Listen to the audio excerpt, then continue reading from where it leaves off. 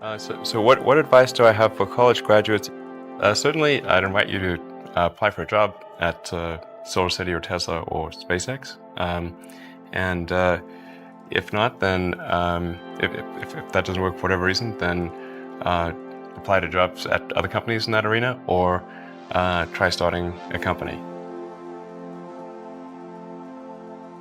If you study engineering and you figure out how to design new things, then it's relatively easy to start a company. You just need to get a few like-minded people with you. Although I have to say that the space business is quite hard to start a company in the space business because it's such a capital-intensive business. So it may be better to do something in solar power, or if you're going to do it in cars, do it as kind of a component supplier for cars or something like that. Musk has college degrees in business and physics, but SpaceX is his first venture in aerospace. How did you get the expertise to be the chief technology officer of a rocket ship company? I do have a physics background. That's helpful as a foundation. And then I read a lot of books and talked to a lot of smart people.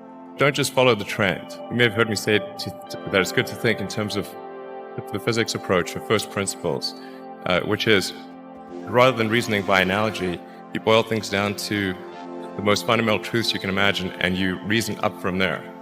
And this is a good way to figure out if something really makes sense, or if it's just what everybody else is doing. It's hard to think that way. You can't think that way about everything. It takes a lot of effort. But if you're trying to do something new, it's the best way to think. And that framework was developed by physicists to figure out counterintuitive things like quantum mechanics. So it's really a powerful method. And I want to know, what is the one thing that has surprised you about your life? Well, I'm surprised by the whole thing, honestly. I certainly didn't expect to be for any of these things to happen, honestly. Yeah, I just I knew I wanted to be involved in technology, and in fact, the only reason I started a company back in '95, an internet company, was because I couldn't get it. There were only a few internet companies, and I couldn't get a job at any of them. So I tried to get a job at Netscape, and sent my resume in, and tried hanging out in the lobby, but I was too shy to talk to anyone. And then I was like, okay, well, I guess I'll have to start a company because I can't get a job anywhere. I wouldn't say I'm fearless. In fact, I think I feel fear quite strongly. But if what we're doing is, what I'm doing is, I think, is important enough, then I just override the fear. Mm-hmm. So, but it's not as though I don't feel. I feel like more strongly than I would like. I think also people tend to overweight risk on a personal level. It's one thing if you've got, a mortgage to pay and kids to support, and that if you were to deviate from your job, how are you going to feed your family and pay the rent? And okay, that's understandable. But let's say you're young and you're just coming out of college or coming out of high school or whatever. What do you risk?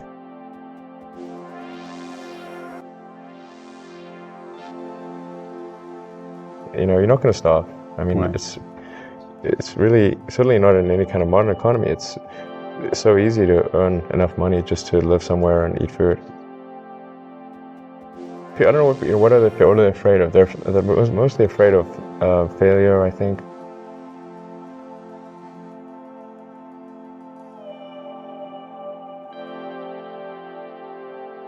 People should be less risk averse when there's not much at risk.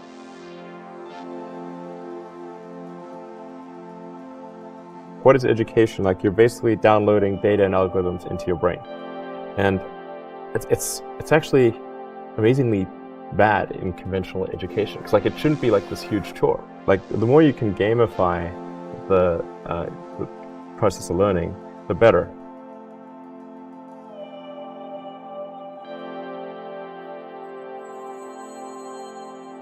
I was at sort of a slight existential crisis, because I was trying to figure out what does it all mean? Like, what's the purpose of things?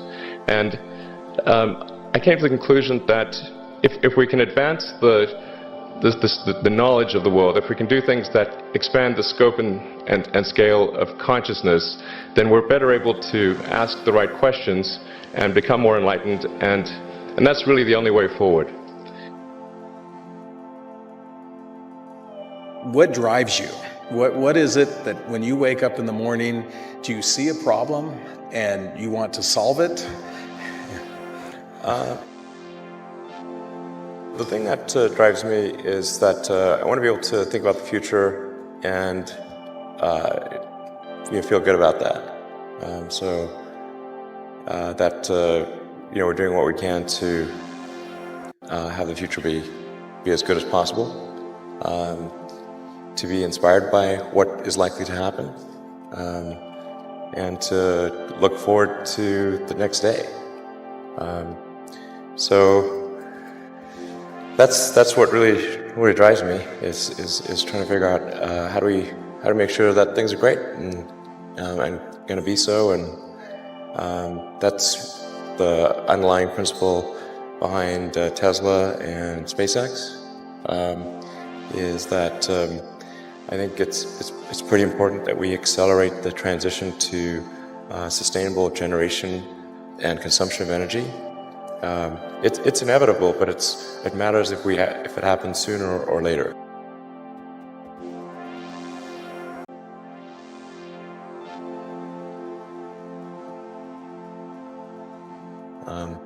And then SpaceX is about helping make life multiplanetary, and doing what we can to continue the dream of Apollo, and ultimately make contribution to life becoming multiplanetary. Well, let's talk a little more about that. I think everyone very interested in that when you say making life multiplanetary. Yeah, that's exciting. It is exciting.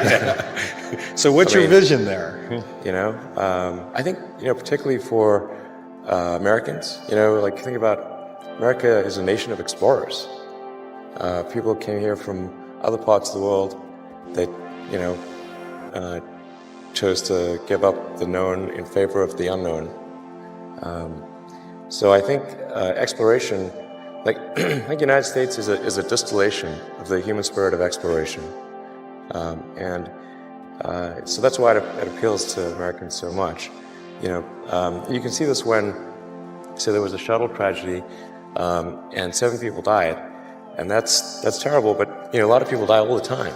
But why do we care so much? Because it was the dream of exploration that was dying along with those people. That's why. I thought both Tesla and SpaceX would fail at the beginning. You saw it? Yeah, sure. Really? Of course. But nevertheless, you put all your money in that. I expected to lose it. Well, technically, what I thought was, I'll take half the money from PayPal, and if I lose half of it, that's okay. But then, of course, the companies encounter difficulties and then have a choice of either let the company die, or put all the money into the companies. And so I really didn't want the companies to die, so I put all the money in the companies. Yeah. And then I had to borrow money from friends to pay living expenses. Yes. Just looking just for evidence of exceptional ability.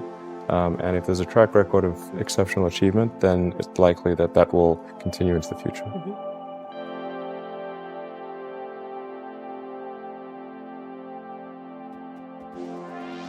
Well, it really depends on the stakes. If the stakes are high, if it's really important, then one should, will overcome the fear and just do it anyway.